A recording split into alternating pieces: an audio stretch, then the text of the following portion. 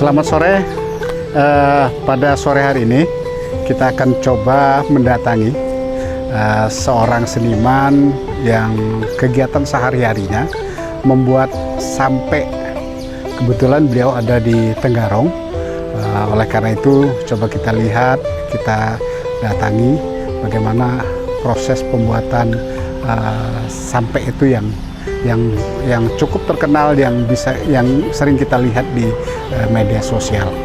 Assalamualaikum. Waalaikumsalam. Apa kabar, Mas Cuno? Alhamdulillah baik, Pak. Ya, saya ini kan kebetulan mendapat informasi bahwa Mas Cuno ini membuat sampai ya? Iya, sampai, Pak. Sampai yang merupakan alat seni, alat musik tradisional Dayak yang ada di Kabupaten Kutai Kartanegara. Iya.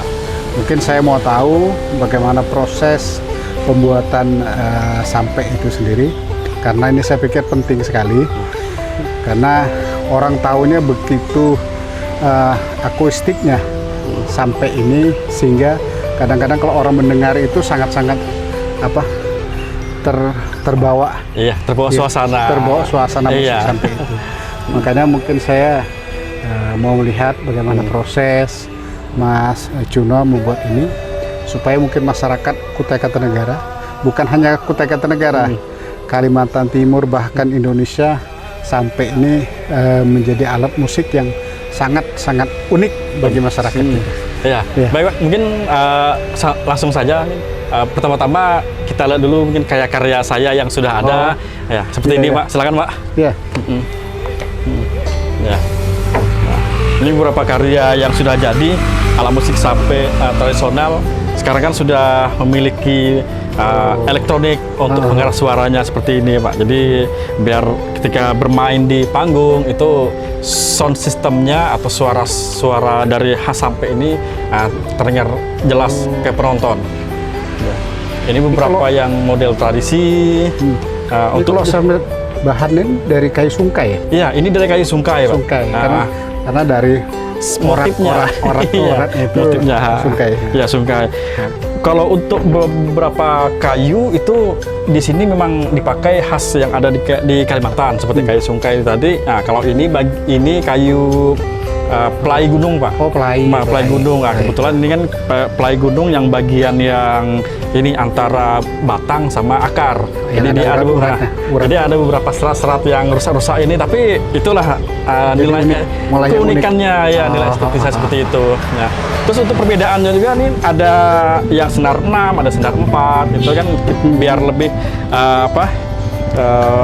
membedakan mana yang tradisi, mana yang modern. Nah, biasanya yang senarnya banyak seperti yang senar 6 ini kan modern, yang senar 4, ada juga yang senar 3 itu yang tradisi ya, Pak. Kita kan sudah menggeluti proses pembuatan sampai ini, kan sudah lawas nih. Sudah lawas, Pak. Sudah lawas. Makanya juga mungkin saya perlu tahu nih, apa proses awal Bunyoranjoa kita merintis pembuatan molah sampai ini sampai Bunyoranjoa bisa mahir seperti sekarang. Kan itu kan di Bunyoranjoa di mudah dari prosesnya, apakah Bunyoran 4 kursus atau 4 pelatihan, apakah sehingga mungkin kita bisa menghasilkan karya-karya sampai seperti tegak sekarang ini. Ya. Sebenarnya awal mulanya, Pak, memang waktu tahun 2010 kan saya pernah berangkat ke luar daerah, terus kemudian melihat kebudayaan di luar daerah itu kan kok maju gitu, Pak. Jadi saya bandingkan dengan kebudayaan yang ada di daerah saya nih, kok jauh kali ya ininya, berubahnya gitu kan. Kayaknya memang tekad, mungkin mindset atau apakah, jadi kayaknya memang harus dirubah nih biar polanya bisa berkembang kan. Nah, jadi disitulah saya ini mencari apa yang memang harus saya lakukan, atau paling tidak apa nih supaya saya ini bisa memajukan daerah saya kan. Nah, jadi karena memang basic saya ada di musik, jadi saya tegaknya lebih baik ke ini nih, ke alat musik tradisional. Nah, di sini kan di daerah Kutai kan ada dua nih yang paling dominan, Pak, ya. Sampai dengan gambus. Nah, terus kalau dulu kan pemain gambus kan banyak. Nah, jadi pemain sampai ini kan yang sedikit. Jadi kayaknya lebih ke sampai kan. Jadi pas mulang dari luar daerah ke sini, saya coba-coba cari kayu kan. Kebetulan yang saya pertama kali molah tuh pakai kayu sungkai. Yang tiga ini agak keras kan kayunya kan. Karena saya pola, kayaknya bisa lah ya kan untuk jadi koleksi. Jadi terus molah lagi, dan itu juga prosesnya saya dari molah, pokoknya mulai dari molah belajar belajar molah dari sampai nih dari awal sampai akhir. Terus kemudian saya coba-coba main-mainkan sampai ini segala macam. Itu amun dihitung-hitung prosesnya tuh sekitar 2 tahunan lebih lah Pak. Nah, dari tahun 2010 sampai tahun 2012 saya belajar dasar dari sampai ini tadi.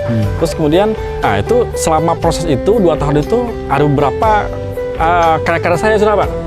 Kalau menurut salah tuh sekitar ada lebih dari 10 kan. Kawan-kawan melihat ke rumah gawal ya kan, akhirnya minjam, nyewa, ujung-ujungnya dibeli sida. Jadi dibeli sida habis. Ini jadi saya pikir tiganya bisa nih dijadikan usaha ya. Disitulah saya mulai survei kayu-kayu apa nih yang memang bisa untuk dibuatkan sampai selain dari kayu sungkai ini tadi kan. Sekalinya ada yang kayu yang lebih maksudnya stoknya banyak. Saya coba Bang kayu pelai gunung ya kan. Coba pelai gunung cari prosesnya lebih gampang lagi karena kayunya lebih ringan gitu kan. Pola banyak segala macam dipasarkan. Nah, kalau pemasaran saya biasanya melalui ini Facebook dulu online, kan, online dulu kan. Terus kemudian merambah ke tahun 2017 kan saya baru buka Instagram. Nah, baru di situ saya mulai merambah ke Instagram untuk pemasaran sampai ini tadi. Nah, disitulah saya mulai banyak pelanggan dari kawan-kawan yang ada di Tenggarong, ada di Samarinda, Balikpapan, sampai ke Kaltara, malahan ada di daerah Jawa, Jakarta, sampai ke Bali. Malahan ya alhamdulillah ada kawan-kawan yang dari sini perkenalkan sampai ke luar negeri. Jadi orang-orang luar negeri ini yang beli hasil karya sampai saya. Gitu. Jadi selama kita menggeluti ini apakah Bunyoran juga swadaya seorang, usaha seorang, atau mungkin apakah dinas-dinas yang terkait, misalnya mungkin yang berpartisipasi make-up kegiatan kita nih? Alhamdulillah ini atas inisiatif sendiri, jadi segalanya nih mulai dari bahan baku, kemudian peralatan itu dari saya seorang Pak, jadi pribadi. Jadi betunggalan mah Pak molahnya. Jadi kalau sekiranya ada payu sebuting laku satu unit, setengahnya saya sisihkan untuk beli alat, terus kemudian untuk beli kayu, jadikan modal, gitu. Jadi itu yang saya putar sampai sekarang. Ya kalau untuk bantuan dari mungkin pemerintah segala macam, mungkin saya juga kayaknya kurang terlalu untuk terjun ke situ, mungkin karena prosesnya juga mungkin agak rumit atau administrasinya yang mungkin terlalu susah atau gimana mungkin. Jadi saya kurang begitu minat untuk mengajukan bantuan atau segala macam. Tapi alhamdulillah segalanya murni ini. Murni segala Pak. Luar biasa.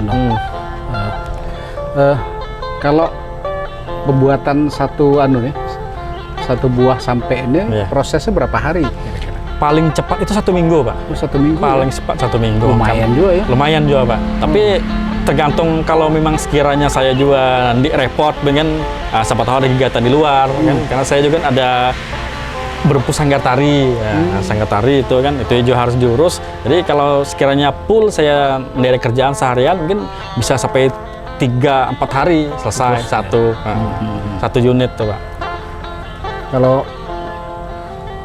Kalau dijual nih biasanya berapa kita jual nih?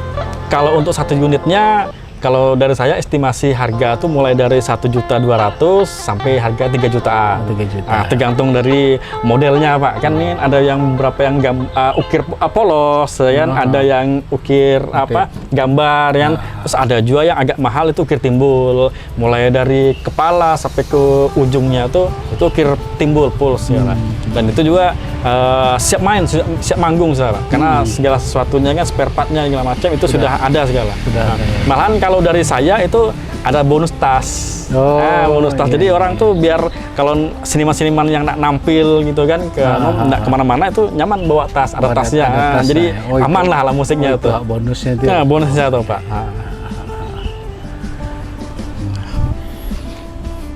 Nah, di sini pembuatan yang kasarnya, Pak. Nah, jadi ada beberapa kayu-kayu yang udah balok gini kan dicetak, habis itu baru dipolah. Nah, jadinya kasar. Ini dia dilubangi. Lubangi. Dilubangi, Pak. Dilubangi, kan.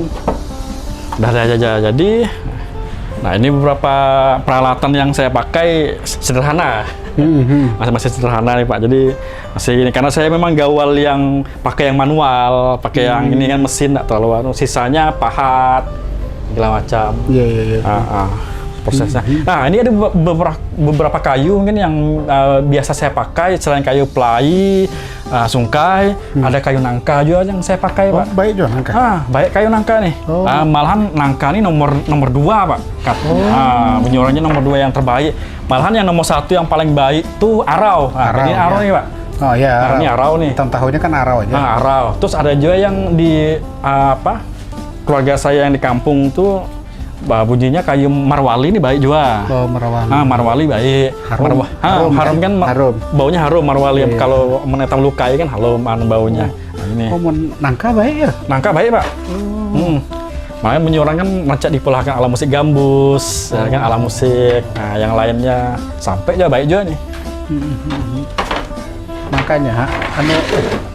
Makanya banyak penangka di sampai besar tuh kan. Iya. Kita tebangi kali ini. Ya, tebangi ya, itu bisa saya tebangi ya. Iya. Jadi pakai cetakan ini baru tempel gitu kan sesuai dengan ukuran. Kadang-kadang kalau sekiranya yang mesan tuh wanita atau anak-anak itu ukurannya biasanya lebih kecil daripada ini, Pak. Sekitar ukuran 1 meter ke bawah, yang menyesuaikan dengan ukuran umur yang pemakainya itu. Mun gambus, molah juga kita. Gambus nih molah saya, Pak. Molah, saya khusus untuk alat musik tradisional Dayak aja. Iya. Kita orang Dayak kan? Dari keturunan ada, ya. Dari pihak Kai ada, orang Dayak. Jadi dari balok-balok yang tegak nih, Pak. Jadi dicetak dulu kan, digambar, dipolah malnya, terus kemudian jadinya tegak nih. Nah, tegak nih jadinya, Pak. Kasar kayak ini kan. Terus dia baru lubangi pakai mesin, dulu biasa. Tapi kalau saya kan biasa pakai manual kan, mesin, baru lebih ininya ke ini pahat segalanya. Gitu. Nah, ini selain sampai, Pak, saya juga ada mulah alat musik Jatung Utang, kelentangan, nah itu, Pak. Nah, jadi ini salah satu dari bahan baku untuk nada dasar dari Jatung Utang tadi untuk nadanya. Jatung Utang itu yang kayu ya? Yang kayu, Pak. Menetam, kalau di luar kan sebenarnya kelentangan, kalau etam kan Jatung Utang sebetulnya. Kelentangan lah, bahasa Dayaknya kan. Gitu. Dan ini bagian nadanya, kalau untuk bagian bodinya tuh ada di sebelah, Pak. Mungkin bisa kita melihat ke sebelah dia. Awal juga? Nah, ini alat pemukulnya nih. Ini untuk notoknya nih? Notoknya. Mungkin bisa aja saya antar kita ke sebelah untuk melatih proses bagian ini, bagian mau akhirnya kan. Siap. Ya, mari, Pak. Ya. Nah, ini bodi Jatung Utang, Pak. Jadi masih dalam proses pengeringan cat dasarnya kan. Nah, kayak ini modelnya. Nah, terus kemudian ini bagian kaki-kakinya, bagian untuk penopang ini tadi, biar dia bisa berdiri gini kan. Jadi bisa main berdiri, bisa main duduk. Iya. Di orang Sunda ada juga tuh ya? Orang Sunda ada sebetulnya. Etam apa namanya? Etam Jatung Utang. Jatung Utang. Nah, Jatung Utang itu alat musik khas Dayak Kenyah. Sama dengan sampai juga, Pak. Jadi sampai itu bagian utama, terus Jatung Utang ini bagian yang kedua. Jadi dia penunjang untuk pelengkap dari sampai ini tadi. Kadang-kadang kan kalau di kampung itu kan main sampainya kan seandainya ini ada, jadi alternatifnya itu Jatung Utang. Nah, Jatung Utang ini alternatif karena pembuatan dari Jatung Utang ini lebih mudah daripada sampai. Nah, mungkin itu yang kendala etam di sini. Kalau untuk pelestarian alat musik sampai itu mungkin bagian dari prosesnya itu tadi, terus kemudian kurangnya wawasan pengetahuan tentang kayu ini apa yang baiknya yang ada di Kalimantan ini, Pak. Nah, begitu itu yang kurangnya itu tadi tuh. Dan alhamdulillah kalau dari saya sendiri kan cukup belajar banyak. Nah, jadi dari masyarakat luar, dari orang-orang yang memang di ahlinya itu apa-apa yang memang sesuai dengan apa yang di Kalimantan. Nah, seperti itu, Pak. Ini yang dah jadinya.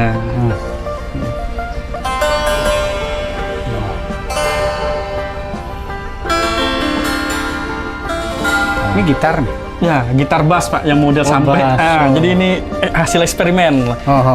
Paling tidak kan supaya anak-anak muda sekarang kan mungkin lebih tertarik kalau sekiranya kurang-kurang begitu yang musik tradisi kan ada alternatif modernnya. Tapi tetap ada nuansa Kalimantan begitu. Ini udah ada yang payu nih. Sudah banyak Pak, sudah Banyak, ada. ya? Sudah ada yang mesan secara khusus gitu kan. Kalau ini kan untuk saya pribadi nih karena untuk permainan di sanggar tari saya. Oh. Bagus nih.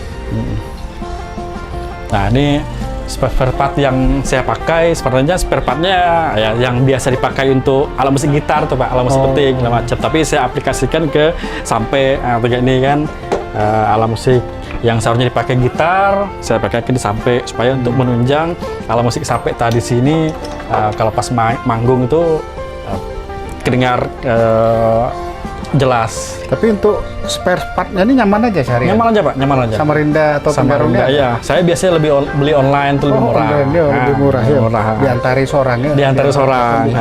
Ya tuh jadi memang ada beberapa paling tidak kendala-kendala saya kan di bidang-bidang alat musik sampai ini biasanya kalau sekiranya bahan baku nih khususnya kayu Pak ya, apalagi sekarang kan kayak bahan baku kayu ini sudah mulai habis nih, apalagi nyatam kan di sini kan banyak tambang, banyak apa kan kadang-kadang yang tadinya ada banyak stok kayu pelai habis dibabati segala macam kan atau kayu-kayu lain.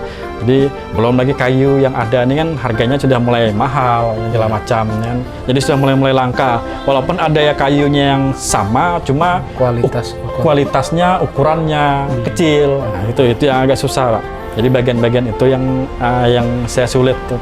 Malahan artinya untuk jangka panjang kita ini harus berebut stok kayu nih. Harus Pak, harus berebut kayu. Nah, stok kayu seperti ini. Untuk Tegak Sungkai ya mungkin sekarang ini masih nyaman carian. Iya, nyaman. Sungkai nyaman. Tapi kalau sebelumnya Tegak Arau tuh agak sakit. Agak sakit sih lah. Lai masih mendingan. Masih mendingan, iya tuh. Tapi untuk yang cari yang bermotif-motif tuh ya mau mau kan. Mau mau. Orang cari melihat pohonnya itu sendiri. Ada alternatif apa yang memang pengganti kayu yang ada nih kan karena di pelosok-pelosok juga kayu-kayu yang ada tuh jarang aja dicari Pak. Belum lagi harganya mahal. Untuk play gunung. Di kebun saya tuh di salah ada juga tuh. Kawah tuh mungkin saya tuh ya, kan itu. ada waktu kan. Lumayan lah. Korea tuh kan.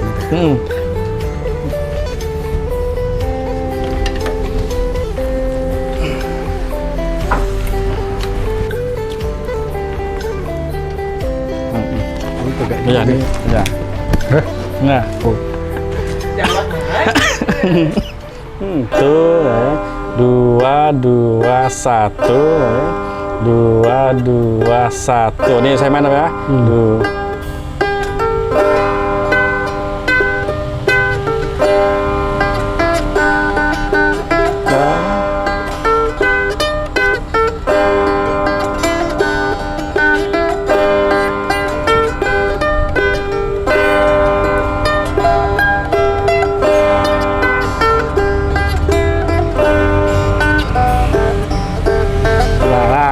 Jadinya Pak. Kalau bisa, itu bisa.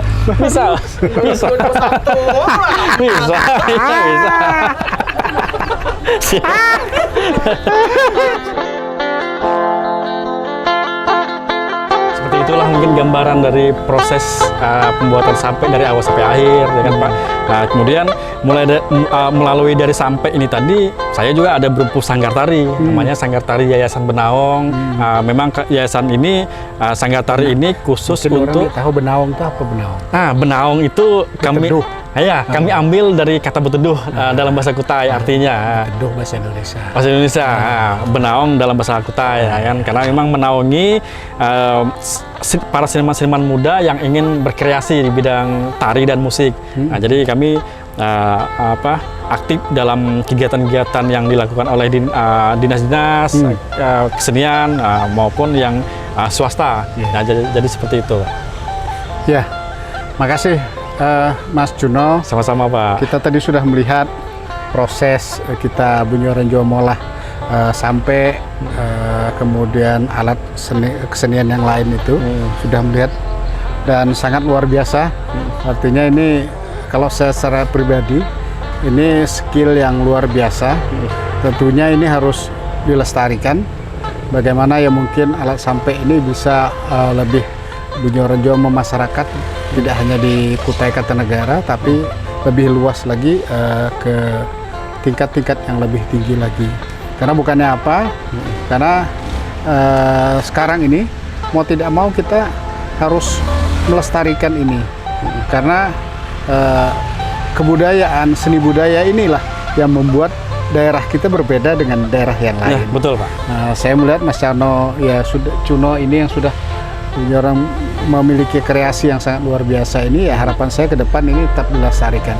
Dan saya juga boleh saran Mas Cuno harus punya generasi lagi. Iya. Artinya anak didik Mas Cuno yang mungkin yang bisa membuat apa alat sampai ini sendiri.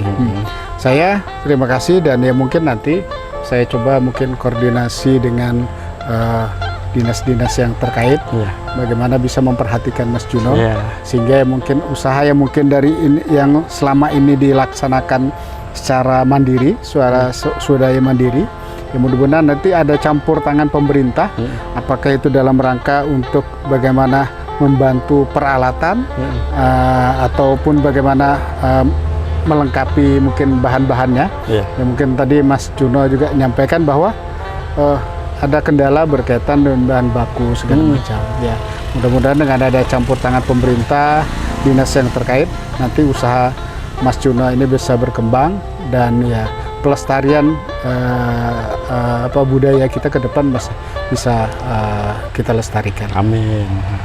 Dan kepada masyarakat Kutai Kartanegara, masyarakat Kalimantan Timur, ya kalau mau pesan alat sampai yang seperti yang ada tadi, ya mungkin nanti bisa datang ke Jalan Sukmawira.